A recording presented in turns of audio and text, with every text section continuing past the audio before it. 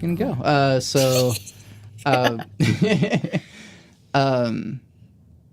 Whenever you had that one session and asked me, or they asked me for help and I came in, it really pissed me off the way that he was treating you and the way that he was like treating the situation. Oh yeah. Yeah.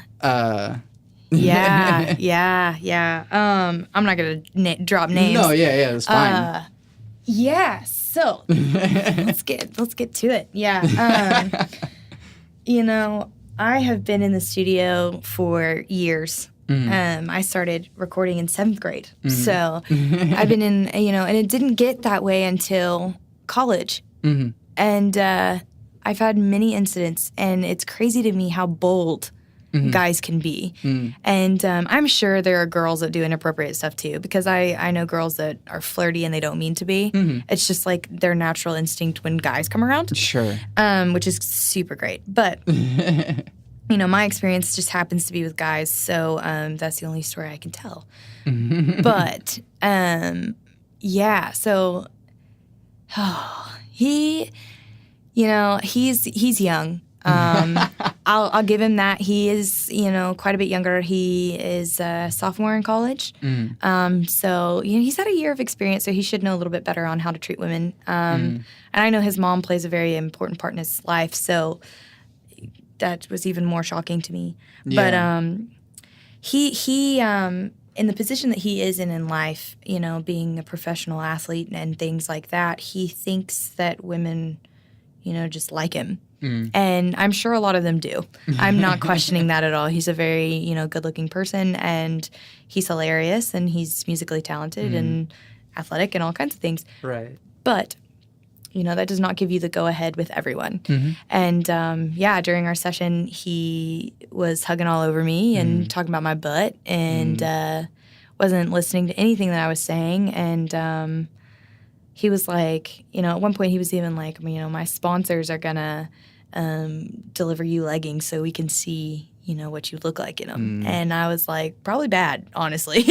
And I was like, it was just inappropriate. And, it's at one point during the session, he just, got a big enough head that he was taking, calls during the session and not taking anything serious. And I am the one that advances or doesn't advance his career at this point. And he was dropped from the label that evening off of everything that was said and done, really. And I think he's a great person. He's so used to getting everything that he wants, I think, and he's so used to women reacting in a positive way to him that he wasn't aware even that I was mad. Right. And I think that that's bad because my body language and my words and my face and everything else were like, hey, stop.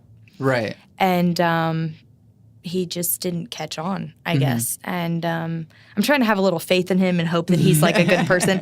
But, it was uncomfortable. And I was the boss at that time, and he still did it. I was the dominant person in the room. I was the engineer. He's signed in contracts to me, things like that. And so he should have never thought that crossing that line was okay. Yeah.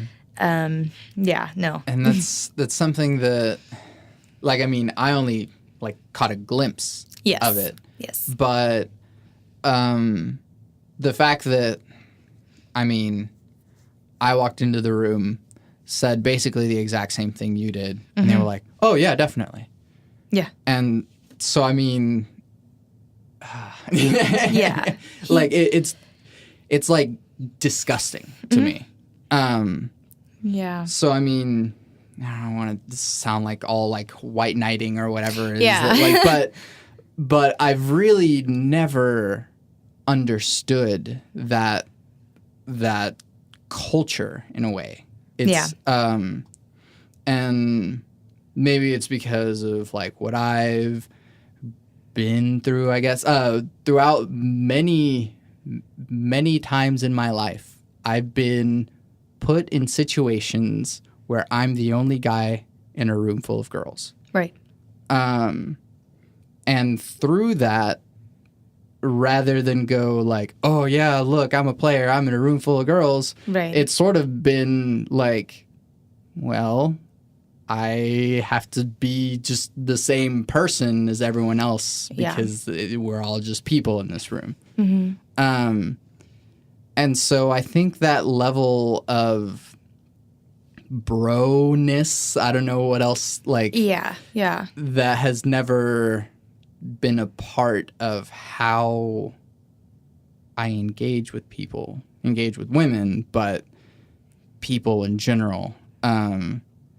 And so, yeah, it's been very foreign to me, and hearing about stuff that guys do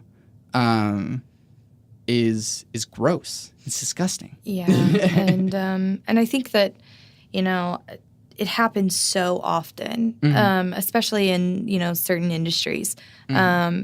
Music is a big one of them because it's been so, you know, male dominated for so long. Most industries have. This is all pretty new that girls are coming up and, you know, dominating everything. Right. So, you know, but as they should be. Well, I do agree for the most part. I just, you know, it's new for everybody, and there is an older generation that still isn't, you know, completely on board, which they aren't with a lot of things. But, you know, this kid's younger than me, and I don't know. I didn't have a dad in my life, so I don't, you know, I'm not used to, like, men being, like, my boss, you know? So I'm a little different than a lot of girls. But it's just that it was weird. And, you know, that was my second experience in the studio, as a matter of fact. And that was the least crazy, you know? But I had an experience last semester, and, you know, that was handled pretty quickly and swiftly by the school, and it was crazy. It was crazy how everything unfolded. But, you know, that also prepared me for how to deal with this one that came up. And it was a lot easier to just be like, hey, you're fired. Right. Instead of being like, hey, who do I talk to about what just happened? You know, this time I was like, I don't really need anybody. I can just handle this right here, right now. Right. And that felt really good.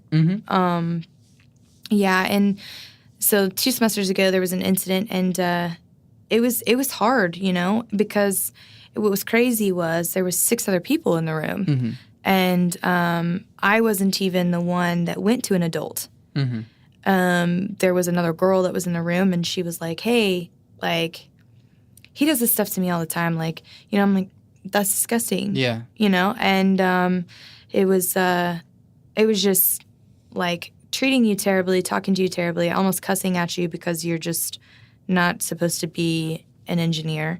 And then when they want something from you, like, oh, everything's fine. Like, what can I do? You know, and then you're just like, I'm not going to mix your vocals better just because you were awful to me and then now you want something. Right. And she explained that happens often in the band, and I felt immediately so bad for her because, you know, I only had to deal with them in the studio once. She had to deal with them in rehearsal all the time. Yeah. And she was the one who ended up going forward about it, and that kind of unfolded really quickly. And what was so crazy about the whole thing is once she, you know, said what she said, I was pulled into the office, and they were like, hey, like, are there any witnesses that have seen this happen? So, you know, then you say, yeah, and you give people. Yeah, yeah. And then those people gave people. And then, you know, push comes to shove, 20 people came forward saying that they had all dealt with this guy. And I was like, that's crazy. That 20 girls sat silent for so long until someone asked them. Right. And, you know, that, like, really changed everything. Because to me, it wasn't that serious of a thing. I know guys, I know how stupid they are in certain situations, especially when they're trying to show off in front of other guys. And I believe that was what happened. But, you know, what bothered me so much was the girls that didn't come forward. They did, but, you know, I'm like, how long has this been going? Like, I didn't even know them. I didn't know what was going on. Right. And so that's how Woman in the Studio was born, because I was like, you know, nobody could show up to this, but, like, in case something happens, there's going to be a group here where those girls can go. Yes. And It's been great. We've got a good group of girls, and we've all become such good friends, and that's so nice because I think, a couple of us haven't been that close to girls because, here you're the only girl in class, you're the only girl in your band, you're the only girl in the studio, and, you just don't get close to people. And me being a production, student, that I'm the only girl. Yeah. And so it's hard to intermingle here with other women unless you're a performer. And, so it was a super good outlet. And, now we have a group of like 6 engineers that are all women standing together. And I think it's great. Yeah. And we've all got stories. And I thought that was good too. But, at the same time, I'm like, that's crazy because all this has happened with groups of other people in the studio. Like, it doesn't matter if you're alone with the guy in the studio or there's 8 of you. It still happens. Yeah. And, I've heard from professors that they've had incidents happen from students. And I'm like, how? What? It's just like, it goes back to my comment. People are so bold, and there's just a certain type of person that they're just going to do it no matter what.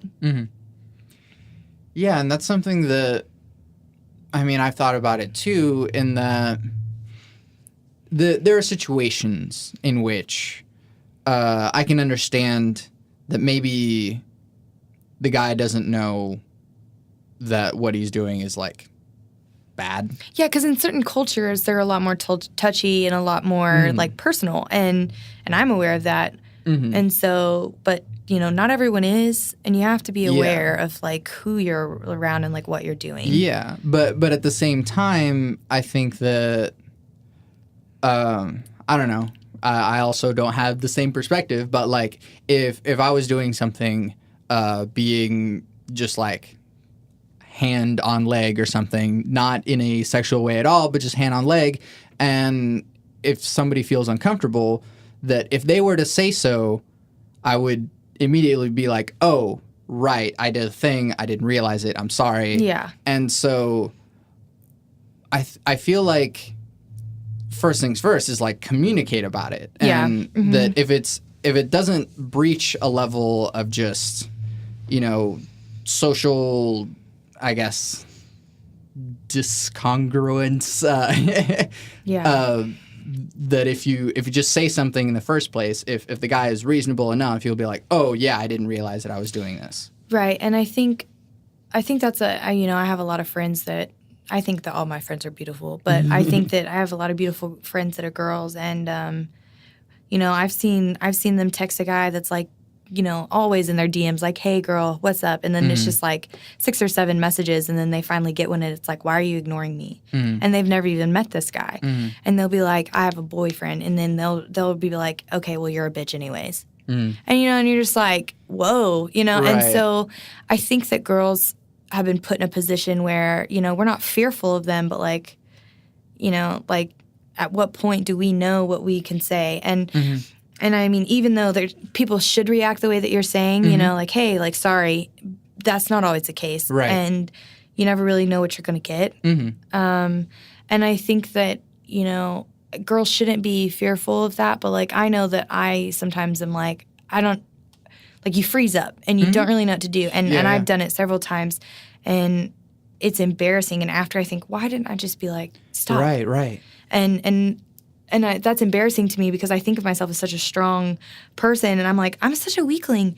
I cannot believe that I just let him hug me. Even if it's just a hug, I'm like, I did not want to hug that person. Why did I do that? Right. And so, I think there's a lot of like, you just get caught and you don't know what to do, and then it's too far. Right. And I think that might have to do with this, like, how we feel culturally, in that, for such a long time, it's just been like, oh, I feel uncomfortable, but, it's just the norm to not say anything about it.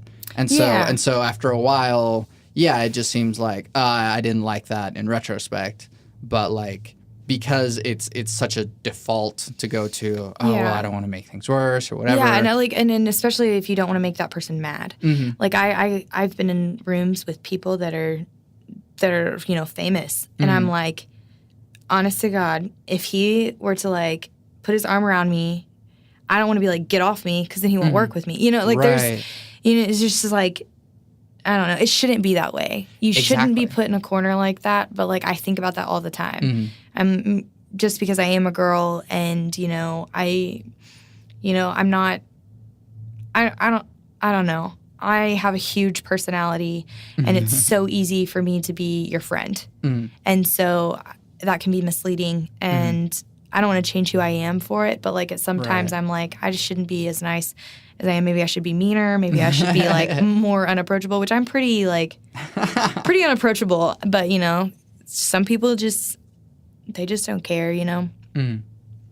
Yeah, and then comes the next step, because like, sure, if at first that one little like, hey, I just want to make it clear, like, I don't feel comfortable with you doing that. And then after that, like, then you tell other people, because if telling them doesn't solve the problem, then you have to make sure that other people are warned about this. And I think that that's hard because, and me personally, the reason why I'm, against it, and I was in an abusive relationship in high school, and I was actually hospitalized with a fractured spine. And, I've been around aggressive men before. And so normally I can sense that with someone. And, sometimes you just get in a bad situation, and I've seen the bad side of it. So, for me, I don't go around, being a pity party and like ask people, and I'm like, oh my gosh, he did this and this to me. But, it's hard to be a bystander because I've heard so many girls say that certain things have happened and they didn't. And I think that that's another perspective, and I always have it, and it sucks because I've seen so many good guys get bad reps, and so I think that's hard to go tell people things because they've probably heard it from 6 other girls about something else that happened, and now they're not believing it. Yeah. And that's hard too. And being a bystander, there's almost every girl I've talked to ever has some sort of rape or hurt, like they've been beaten or they've been neglected or abused. And, like at that point, it's just like, well, that happens to everyone. And that's why I'm just like, well, how bad was it? And, and sometimes they're not always truthful. And I have a lot of good friends that are athletes. And so I've heard like the worst of the worst. And, like it's hard to be the person that you tell. And because at that point you're like, well, do I get involved or do I tell somebody of a higher authority? Because at some point you are the adult that the kid's telling. Yeah. And your role switches, and you have to be the one to deal with it. And then you're put in the dangerous situation. So it's always okay to don't ever go through anything alone. I would never, ever suggest holding stuff like that in. But, have patience with people, I think, because if you came up to me and told me that your girlfriend was beating you up, I would be like, okay, like, is she bigger than me? Like, what can I do about this? Because, but I'd be like, it would be hard for me because I don't know her. But, I do care about you. So I would want to help you. Yeah. But I don't know the situation. I don't know what I'm getting into. And, like, sometimes when people are mad or upset about something, they don't exactly tell exactly what happened. Sure. Or, so being a bystander, I think, is harder than being in the actual situation. So, in certain cases. Yeah, and in certain cases, it's really hard because, there's always 2 sides, and one of them's going to lie to protect themselves, probably both of them, actually. Yeah. So, it's just, I would never say that someone's not telling the truth. Like, I'm sure something happened. It's just trying to figure out, like, what exactly happened and to what degree do things need to be handled. And so, I'll never go through it alone. But, yeah, it is hard to have a bystander and be a bystander. Yeah.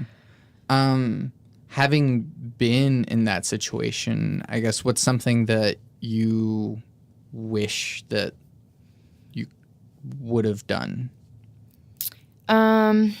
Which one? From the ex-boyfriend or from Stupid Boys in the Studio? Ex-boyfriend, what I should have done? I think that I should have read the signs, because it wasn't like the first day we met, he just, like, punched me in the face. Like, actually, he never punched me in the face. But that was, people show their character in slight little ways. And if you're meeting some engineer at the studio, of course you're not going to know that. But Right.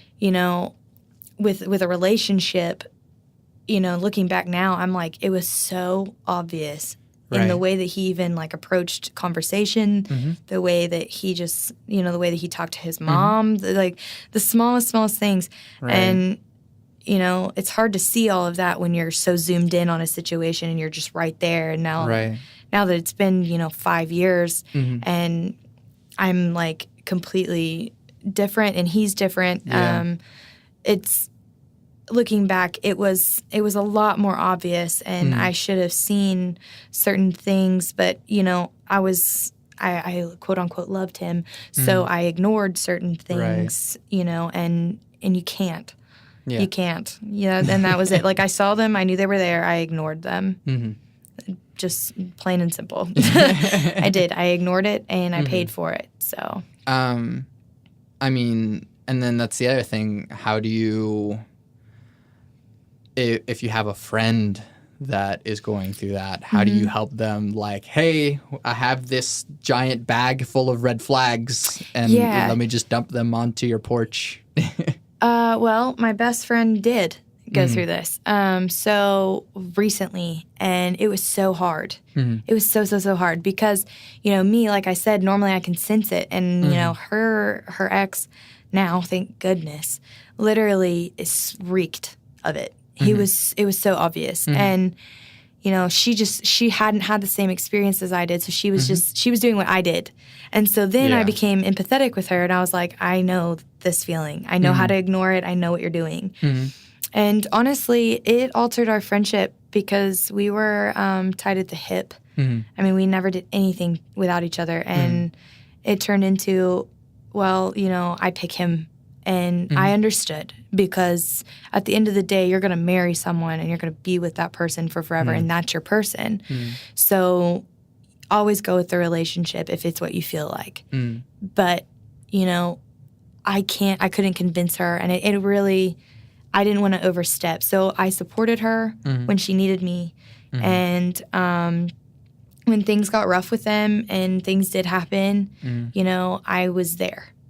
Yeah. And that's the most that you can do. Just don't leave them. Even though you know that it's wrong, you know that they're not listening to you, and you know what's going to happen, be there to catch them. That's the biggest, and because that was the problem. That was the hardest part for me. It wasn't even that he did what he did to me. It was that everyone just watched me fall.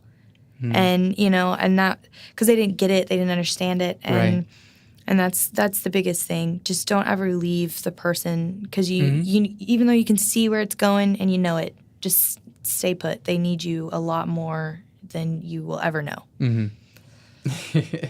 And then I guess the same thing for like the, I don't want to diminish the situation, but the smaller situation of the studio thing. Yeah. With that, like, if it is an equal situation, if you are the engineer and you're the person in charge of the room, stay in charge. Don't ever let them, because that was the thing. I could have easily kicked him out at any time and embarrassed him and his friend and done anything. And I'm not that type of person, but I could have easily done that. And sometimes people like him clearly need to be reminded of that. And so it's okay to embarrass people a little bit and put them back in their place. And I wish I kind of had done that now. But I think that you just need to, it's respecting yourself and loving yourself. I think you need to remember that, you're a person and you matter. And if they're going to treat respect. if they're going to treat you like that, then you need to leave or you need to kick them out. Right. No matter which position you're in, whether you're the dominant or the, it doesn't matter. You need to either kick them out of the studio or you need to exit the session. And sometimes I know that's so easy said and done right here. Right. But, you're stronger than you think you are, and you just need to get your feet moving towards the door. Not to like rehash something that's already been said on a previous episode. But a friend of mine quoted the scene from Girl with the Dragon Tattoo that the detective had finally like found the killer. Yeah. And he like shows up at his house, but the killer just like opens the door and he's like, "Come in." And so the detective, just kind of shocked, just walks in and sort of starts having like coffee with him. Yeah. And then at some point the killer goes, "Isn't it funny how even though we know that this is a bad situation, out of common courtesy, you just stay in it." Yeah. Because they were both in that situation going, "I'm here to get you," and the other was, I'm here to get you. Yeah. But just out of common courtesy, they stayed and had coffee with each other. Yeah. And just get out. Yeah, and this is where, that whole people love. Mm-hmm. Whether you want to or whether you don't want to, you always care and you always love everyone. Mm-hmm. And you can say that you hate people, and like there's people from high school that like I could do without for the rest of my life, but I'm like, I don't wish ill upon them. Right. I just want them to leave me alone, and so, but like that's still out of love. Whether I like it or not, that's just human nature. And so if anybody shows you kindness, you're liable to show them kindness back. Yeah. So it doesn't matter if they murdered someone like that, or it just doesn't matter. If they're nice to you, they're nice to you, and that's your experience. So, but and that's what's crazy to me is girls get so attached to those one good moments that they ignore all the others. And I think that that's terrible because I did it. I do it all the time. Oh my gosh, all my boyfriends have been just so great. That's why we're all still together. They've been great. But no, like we had incredible, life-changing, amazing experiences that, made me fall in love with each and every one of them in a different way. And they made me see life in a different way. They made me, grateful for things, and I've learned everything that I am now today from each and every one of those people. And so it's hard to see them as bad when they've done so many good things for me. Yeah.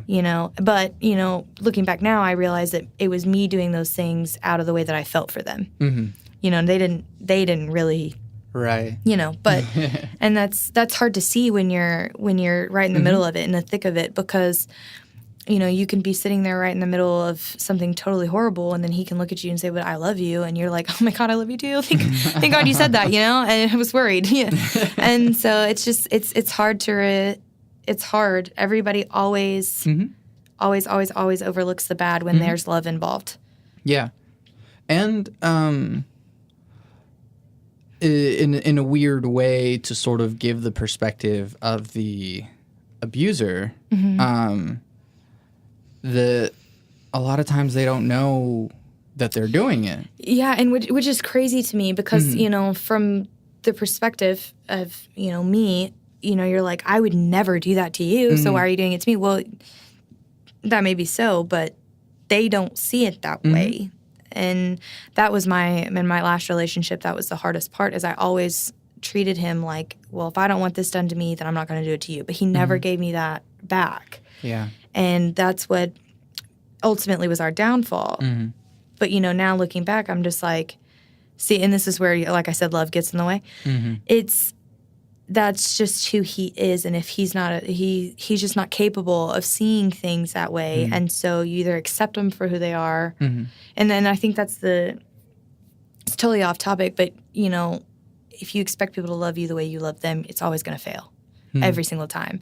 And that was the issue with him. He just never put himself in my shoes, and so he never, the respect of that was not there. And that's hard, and it's hard from the victim, that's a terrible word. The victim's, view is you're also not being understanding of them and their thought process. So I think, I definitely was not understanding when I was like hurt and crying and stuff like that. But, looking back now, I have forgiven him completely, and we actually speak now, and we are, relatively friends. I would never be alone with him, but we are friends, and I've forgiven him, and he's a totally different person now. Mm-hmm. And there's nothing better than, forgiving someone and growing. Definitely.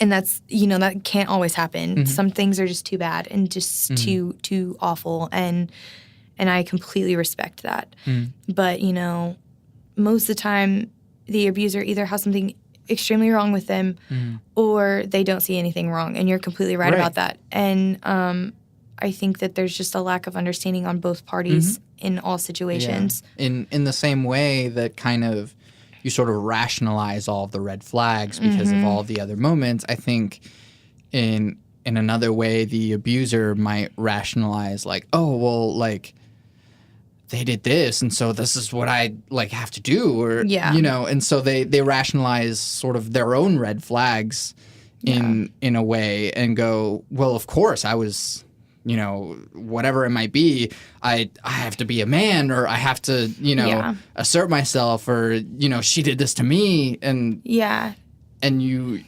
And men are competitive, and that's terrible, but they are. Mm-hmm. And I think that where women mess up is that when you ignore those red flags, you're telling them it's okay, and they've already read that you said this and this and this was okay. So why should this matter? Mm-hmm. And then they're like, well, why would you ever think that was okay? Why would you ever do that to me? And it's because you let me do everything else. Yeah, And I think that's. You're doing it out of love, and you think that you're supporting your man, but at the same time, you're just literally allowing them to do so many things. Yeah. And, people are going to push a line until you tell them to stop. Mm-hmm. And sometimes, like if you're at any point, if you don't think that you're getting treated the way that you should be, then you need to tell them. Yeah. And then, where y'all go from there is your decision. So. I recently did a podcast with my girlfriends. We celebrated 8 years together. We're so weird with that. But I think that one of the most important things that out of both a relationship romantically, but really just relationship with friends or acquaintances or coworkers, whatever, is communication. And that if you establish a level of communication, say, I didn't like that you did this, or, it's very important to make these things clear, or else, like you said, you're going to enable someone to do a bad thing to you. Yeah, and I think what's crazy about it is people don't want to do that initially because they don't want to scare the other person off, or but I'm like, the quicker the less it hurts. And I think that it's really important to establish that stuff early. And I think that to watch your anger really quickly is good, because I would say something or he would say something, and I'd just be like, well, that's not how I want things, so what are we gonna do now? And I think it's so give and take. And if you're not ready for that, then you shouldn't be involved with someone else. Going back to, I guess, more like women in a broader sense, how do you think that this sort of recent Me Too thing will, I guess, help women in the future? Are you talking about the hashtag Me Too? Yeah. I think it could be good and bad, because, like I said earlier, there's been a lot of, crying wolf. And I think it's great that women are supporting other women. I think that that's absolutely beautiful, because, it's so common for girls to bash and tear down other women. I think it's great that they're there for each other, and I think that it's incredible that there's a system now. And social media, this is one of the few good reasons that it exists. It allows people to connect and support each other. But, it also gives a platform for attention, and there are going to be some girls that aren't telling the truth. And the more you support that and feed into that, then, but I think that it's smart to believe everyone, because even if they, do it for attention or whatever, I think that it's good to be careful with everything that you say, no matter whether it's accusing someone else or supporting someone else. But I think it's really good for women as a group to really get to know each other and support each other, because we haven't had a lot of that ever, really. It's been so easy all throughout history. I mean, it's so bold and so out there that there's just no support from each other. And I think that it's a really, really good thing, no matter what the initial point and reason was for. And I think there's a lot of stories out there that need to be heard, and there's a lot of people that haven't felt that they could talk, and now they can. I don't want to romanticize it, though. I don't want, social media to be some big pout fest or some, I think that it's great to support and to stand up for what you believe in, but I hope that it stays within a realistic and honest thing. Yeah. And with that regard, also, just like you said on the last one, listen to everyone. Yeah. And, there is going to be a lot of he said and she said. And yeah, and I'm going to say this. It's not very you have, 75% of women are telling the truth. And the other 25%, something did happen to them. It may not be what they're saying. And that's what gets me, is I don't know if it's, something their dad did when they were little, or they really did go through something a long time ago, and the last boy they're talking to is just getting the rap for it. You don't know. But I do know that 100% of the women, something happened. But 75% of them is the actual story they're telling. And then, the other 25%, they may not even know what's going on with them. They just, girls that want attention, or girls that, are feeding off of whatever's going on, something happened to them to make them to that way, Yeah. So there's always support needed by those people. And there's a way to handle that appropriately if you do figure it out. But, I think that listening to everyone and figuring out, what to say and, what the real issue is the biggest part of it. Yeah. I don't want to make you late for all your things, so... Sorry. So, I'm Santiago Ramones. I'm Stefani Heller. No, thank you. This has been, a very good and important conversation to have. Yeah. Not one I like to have, because it's one of those things you're going to step on someone's toes, and I hope they're not too mad, whoever it is. Right. Well, you can talk to each other about it. You can talk to me about it. I guess you can talk to her if you want to talk to them about it. Yeah, talk to whoever. I'm always open for conversation. Where can we find your things? Label Heller MG. That's Instagram, and Heller Music Group on Facebook. Yeah, and follow and listen to all those artists and buy all their stuff. And be good to your local musicians. Always. Pay them. Yeah. All of your favorite artists were once local musicians. Oh, yes. Struggling. Broke. Oh, yeah. They needed a floor to sleep on, I promise. Yeah. Cool. Once again, I'm Santiago Ramones. I'm Stefani Heller. You can find all the stuff that I do on my website, santiagoramones.com. I make music and this podcast. You can leave reviews on Apple Podcasts. You can be honest with me, and you can weigh in on the conversation that we've had, comment or contact me. I always end my podcast with my 3 things. They shape my life philosophy. Those 3 things are: love never fails, it's going to be okay, I might be wrong.